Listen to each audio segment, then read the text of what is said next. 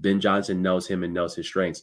One of the reasons why I said that about Ben Johnson and that Detroit should offer him a ton of money and to keep him there as long as possible is because it's not only the scheme, but it's his ability to dial up the right play at the right time.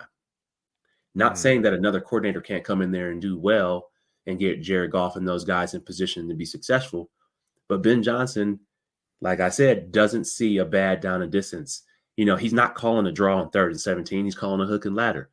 He had Penei Sewell run a fake reverse motion. Like, he's just being super creative. So that's the element that you'll miss if Ben Johnson leaves. So it's not necessarily just the play calling. It's the belief that people have.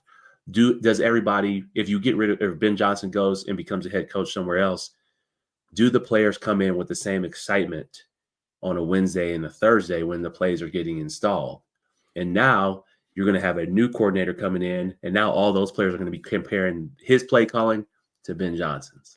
And you're saying that as a player, you literally feel empowered on a practice day on that offense, walking in knowing like Ben's going to draw up something, and we just know it's going to work. 35. They don't even think about it anymore.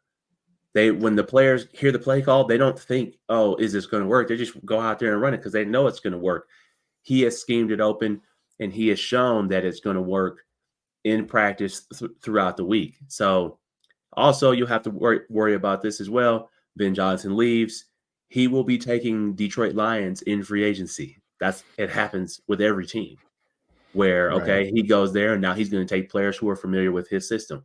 So the Lions will be losing players. This is one of the things that happens when your team becomes super successful.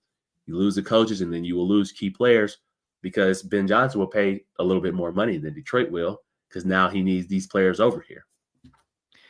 I mean, staying in Detroit would be the best fit just because you have the players, you have the structure there, but I'd be hard-pressed if Tom Brady were to have a one-on-one meeting with Ben Johnson that he couldn't convince him to come join the Raiders with cap space that they'll have, players that he'll get to choose, and working alongside of Brady. So, Ben Johnson, Raiders head coach, man, that would make the Vegas Strip light up like never before.